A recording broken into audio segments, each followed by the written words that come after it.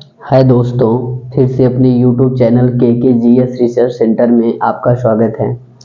आज हम लेकर आए हैं जय प्रक्रम। यह बायोलॉजी का चैप्टर है, क्लास 10 का पहला वीडियो है। यहाँ पे वीडियो नंबर 1 जय प्रक्रम क्लास 10। ये कक्षा 10 का बायोलॉजी जीव विज्ञान का चैप्टर है और पहले पार्ट का पहले हेडिंग है। कहा जाता है ना कि लाइफ प्रोसेस, इसे हम लोग कहते हैं कि जय प्रक्रम। क्या कहा जाता है? जय प्रक्रम। तो सबसे पहले हम जानेंगे कि जय प्रक्रम होता क्या है भैया। तो यहाँ पे हम बात करेंगे इंट्रोडक्शन, माने होता है परिचय। जैसे कि एक बात कही जाती है कि अगर आप जीवित हैं तो प्रमाण दीजिए कि जीवित कैसे हैं आप। तो यहाँ पे जीवित होने का एक ही चांस है कि जैसे हमारे शरीर में कुछ ऐसी गतिविधियां होती हैं कि जिनके माध्यम से ये पता चलता है कि वह जीव सजीव है और वह निर्जीव है। तो यहाँ पे सीधी सीधी बात ये हम कर सकते हैं कि मूवमेंट या कुछ ऐसी गति के माध्यम से पता लगा सकते हैं, या तो जीवन के कुछ ऐसे चेंजेस या बदलाव होते हैं जिनके बारे में हम समझ सकते हैं कि इंसान जिंदा है या तो सजीव है कि निर्जीव है। बेटा देखो यहाँ पे लिखा गया है कि लाइफ प्रोसेस, जिसे हम लोग कहते हैं जय प्रक्रम। लाइफ प्रोसेस, जय प्रक्रम किसे कहा जाता है?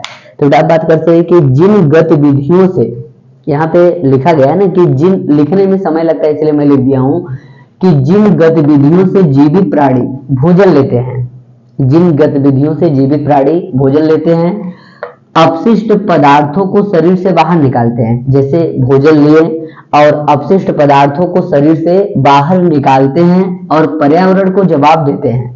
जिन गतिविधियों से कोई भी प्राणी भोजन लेते हैं और अपशिष्ट पदार्थों को बाहर निकालते हैं और अपने जीने का प्रमाण देते हैं पर्यावरण में या इन्वायरमेंट में, उसी को जय प्रक्रम या जय प्रक्रिया के नाम से यह कहलाती है। तो सिंपली परिभाषा बता सकते हैं भैया कि समस्त जीवधारियों में उनके अंदर जो क्रियाएं होती हैं, जैसे पाचन, श्वसन, उत्सर्जन और जनन, ये सब बता सकते हैं कि लाइफ प्रोसेस के अंतर्गत आते हैं भैया। तो सिंपली परिभाषा पूछा जाता है कि जय प्रक्रम किसे कहा जाता है, तो बताएंगे वह जीव जिसमें जीवन की सभी क्रियाएं होती हैं। जैसे पाचन हो गया, ये आपका डाइजेशन हो गया, रिस्पायरेशन हो गया, एक्सक्रीशन हो गया, रिप्रोडक्शन हो गया। तो जितनी भी क्रियाएं होती हैं सब जय प्रक्रिया कहलाती हैं या जय प्रक्रम के अंतर्गत आती है भैया। तो सबसे पहले अगर यहाँ पे बात किया जाए कि पाचन किसे कहा जाता है, तो पाचन की सिंपली परिभाषा है भैया कि जटिल पदार्थों को, यहाँ पे लिखा गया बेटा कि जटिल पदार्थों को भौतिक और रासायनिक के माध्यम से, सिंपली परिभाषा ये बता सकते हैं, जटिल पदार्थों को भौतिक या रासायनिक क्रियाओं के द्वारा सरल पदार्थों में तोड़ना ही क्या कहलाता है? पाचन कहलाता है। जटिल पदार्थों को भौतिक या रासायनिक क्रियाओं द्वारा सरल पदार्थों में तोड़ना ही क्या कहलाता है? पाचन कहलाता है भैया। ये तो बेटा आप बता सकते हैं कि जितनी खाने वाली, जैसे कि कोई चीज हमने मुंह में लिया, अब इसे हम चबाए फिर निगल लिए, तो वो एंजाइम के माध्यम से क्या होते हैं कि टूट जाते हैं। वो क्रिया क्या कहलाती है? पाचन कहलाती है। तो सिंपली परिभाषा बता सकते हैं भैया कि पाचन एक ऐसी विधि होती है कि जिसमें हम किसी भी पदार्थों को या कोई भी भोज्य सामग्री होता है कि जिसे हम रासायनिक क्रियाओं के माध्यम से जटिल से सरल में तोड़ देते हैं, पाचन कहलाता है। अब बेटा देखो यहाँ शोषण की बात होती है, इसे रिस्पायरेशन कहा जाता है। तो बेटा रिस्पिरेशन का मतलब या रिस्पायरेशन का मतलब क्या होता है भैया? आप बता सकते हो भैया कि भोज्य पदार्थों का जो ऑक्सीकरण होता है, ऑक्सीजन के माध्यम से भोज्य पदार्थों का क्या होता है बेटा? ऑक्सीकरण होता है। तो बता सकते हैं कि ऑक्सीजन के माध्यम से जो भोज्य पदार्थों का क्या होता है? ऑक्सीकरण होता है। ऑक्सीजन के माध्यम से भोज्य पदार्थों का ऑक्सीकरण होता है और ऑक्सीकरण होने के बाद हमें क्या प्राप्त होता है? ऊर्जा। यही क्रिया क्या कहलाता है? श्वसन कहलाता है। भोज्य पदार्थों के ऑक्सीजन के माध्यम से भोज्य पदार्थों का ऑक्सीकरण होना और ऊर्जा मुक्त होना ही क्या कहलाते हैं? श्वसन कहलाते हैं। तो बेटा पाचन, जटिल पदार्थों का सरल में टूटना पाचन, ऑक्सीजन के माध्यम से भोज्य पदार्थों का ऑक्सीकरण होना और ऊर्जा मुक्त होना ही क्या कहलाता है? श्वसन। अब हम उत्सर्जन की बात करते हैं, इसे एक्सक्रीशन कहा जाता है। तो उत्सर्जन की परिभाषा क्या होती है भैया? अपशिष्ट पदार्थों को शरीर से बाहर निकालना, जैसे मल त्याग करना, समझ में आएगी नहीं भैया? अपशिष्ट पदार्थों को शरीर से बाहर निकालना। देखो बेटा यहाँ पे लिखा गया था ना, अपशिष्ट पदार्थों को शरीर से बाहर निकालना, यही आपका क्या कहलाता है? उत्सर्जन कहलाते हैं। जैसे बेटा पसीना हम लोग निकालते हैं या मल का त्याग करते हैं, जो भी आपकी क्रिया होती है, अपशिष्ट पदार्थों को शरीर से बाहर निकालना क्या कहलाता है? उत्सर्जन कहलाता है। अब यहाँ पे बेटा हम बात करेंगे कि जनन किसे कहते हैं। इसे कहते हैं रिप्रोडक्शन। तो जनन की परिभाषा क्या होती है भैया?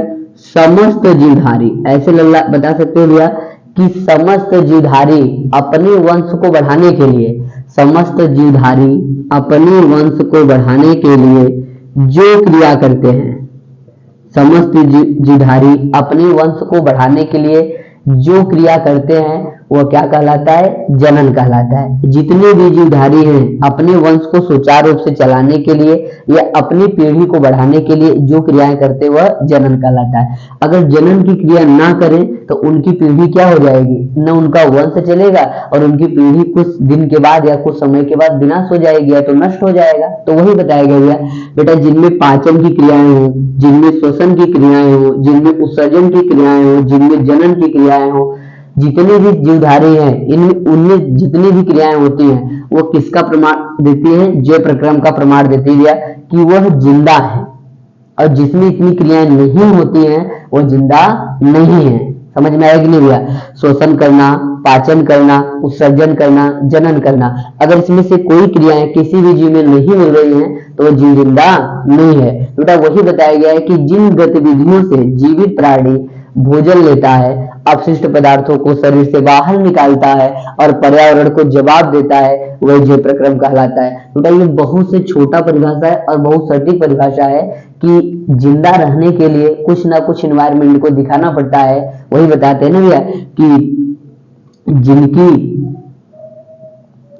जीवन में सभी क्रियाएं कर लेते हैं, कोई भी जीव हो, तभी तो जय प्रक्रम के अंतर्गत आते हैं, नहीं तो जय प्रक्रम के अंतर्गत नहीं आते हैं। तो बेटा वही बताया गया है, पाचन, शोषण और उत्सर्जन जितनी भी क्रियाएं होती है ये आपका होता है। बेटा देखिएगा जो पाचन होते हैं, तो पाचन की अगर हम पद की बात करें तो पाचन के पद 5 होते हैं। तो बेटा देखो जैसे यहाँ पे अगर हेडिंग दिया जाए कि पाचन, तो बेटा अभी बता सकते हैं कि ये छोटा सा परिभाषा है, जो पाचन का पूरा वीडियो लेकर आएंगे तो बारी बारी से समझाएंगे भैया। तो बेटा पाचन के पद, तो पद को हम लोग अंग्रेजी में कहते हैं स्टेप। स्टेप माने क्या होता है बेटे? पद होते हैं। तो अगर हम पद की बात करें भैया तो जैसे पाचन में एक होता है अंतःग्रहण, पहला पद क्या होता है? अरे अंतःग्रहण। दूसरा भी आप बता सकते हैं कि एक होता है अंतःग्रहण और दूसरा आप बता सकते हैं कि पाचन। इसी में कह सकते हैं अंतःग्रहण और पाचन। उसके बाद भी आप बता सकते हैं कि अंतःग्रहण पाचन होता है, फिर होता है अवशोषण। उसके बाद आप बता सकते हैं क्या होता है? स्वांगीकरण। और उसके बाद भी आप बता सकते हैं कि मल बहिक्षेपण। इतनी क्रियाएं होती हैं। तो यहाँ पे पहला बताया गया भैया, पहला एक होता है अंतःग्रहण, दूसरा आपका होता है पाचन, तीसरा होता है अवशोषण, चौथा होता है स्वांगीकरण और पांचवा होता है, इसे हम मल विसर्जन भी कहते हैं या मल बहिक्षेपण कहते हैं। अब बात समझने का प्रयास करें। बेटा देखिएगा जब हम लोग कोई चीज मुख में डालते हैं, जो खाने वाली चीज जब मुख में डालते हैं तो मुख में डालने की प्रक्रिया क्या कहलाता है? अंतःग्रहण। अंत माने अंदर, ग्रहण माने ले लेना। पहला आपका अंतःग्रहण हो गया। उसके बाद वो अगर वो जटिल है तो उसे चबाएंगे, पीसेंगे और निगल लेंगे भैया। तो बेटा जटिल से सरल में टूटना हमने बताया, जटिल पदार्थों का सरल में टूटना क्या कहलाता है? पाचन कहलाता है। तो पहले हमने मुख में डाला, अंतःग्रहण है, अब उसे चबा लिया, जटिल से सरल कर दिया, वो पाचन है। उसके बेटा बता सकते हैं कि हमारे शरीर में जो आंत होते हैं, इंटेस्टाइन कहा जाता है भैया, छोटी आंत, बड़ी आंत कह सकते हैं, लार्ज और स्मॉल इंटेस्टाइन होती है, जिसे क्षुद्रांत या बहिर्द्रांत के नाम से जानते हैं। तो बेटा इसमें जो अवशोषण होते हैं, तो छोटी आंत के माध्यम से आप बता सकते हैं कि जितने भी पदार्थ खाने वाले होते हैं उनका अवशोषण हो जाता है। तो बेटा पहले मुख में लेना, फिर तोड़ना, फिर मतलब अवशोषित कर लेना, ये आपका हो गया। उसके बाद बेटा अवशोषण करने के बाद उसे ब्लड में मिला दिया जाता है भैया। तो बेटा आप बता सकते हैं कि जितने भी खाने वाले पदार्थ होते हैं भैया, भोज्य पदार्थों का ब्लड में मिलना ही क्या कहलाता है? स्वांगीकरण। मतलब जो आप खाए उसका ब्लड में मिल जाता है तो क्या कहलाते हैं? स्वांगीकरण। तो ये आप बता सकते हैं कि भोज्य पदार्थों का ब्लड में मिलना क्या कहलाता है? स्वांगीकरण। इसे हम इंग्लिश में कहते हैं एसिमिलेशन। क्या कहते हैं? एसिमिलेशन। तो बेटा आप बता सकते हैं भोज्य पदार्थों का रुधिर या जीवद्रव्य में विलीन होना, भोज्य पदार्थों का रुधिर या जीवद्रव्य में विलीन होना, ये क्या कहलाता है? स्वांगीकरण कहलाता है। उसके बाद बेटा आप बता सकते हैं कि जो बचा हुआ अपचय भोजन होता है, जिसका पाचन नहीं हो पाता है, न तुम्हारे ब्लड में मिलता है, न तो उसका अवशोषण तो होता है, लेकिन ये आप बता सकते हैं कि उसका ब्लड में नहीं मिलता है, तो वो अपचित हो जाते हैं और उन्हें हम क्या करते हैं? अपने एनस, यानी यूएस, एनस के माध्यम से या गुदा के माध्यम से शरीर से बाहर कर देते हैं भैया, तो उसे मल बहिक्षेपण कहा जाता है। मल बहिक्षेपण कहा जाता है। तो बेटा आप बता सकते हैं ये स्टेप थे, ये भाग थे पाचन के। पहला अंतर्ग्रहण, दूसरा पाचन, तीसरा अवशोषण, चौथा स्वांगीकरण और पांचवा जो था मल बहिक्षेपण या मल विसर्जन के नाम से जानते हैं। तो बेटा आप बता सकते हैं ये जय प्रक्रम का छोटा सा टॉपिक था, इसके बारे में हम बात करेंगे। अब हमारा बात ये शुरू होगा भैया कि पाचन क्या होते हैं। तो बेटा पहले हम पाचन में आहार नाल के बारे में पढ़ेंगे आगे वाले वीडियो में भैया।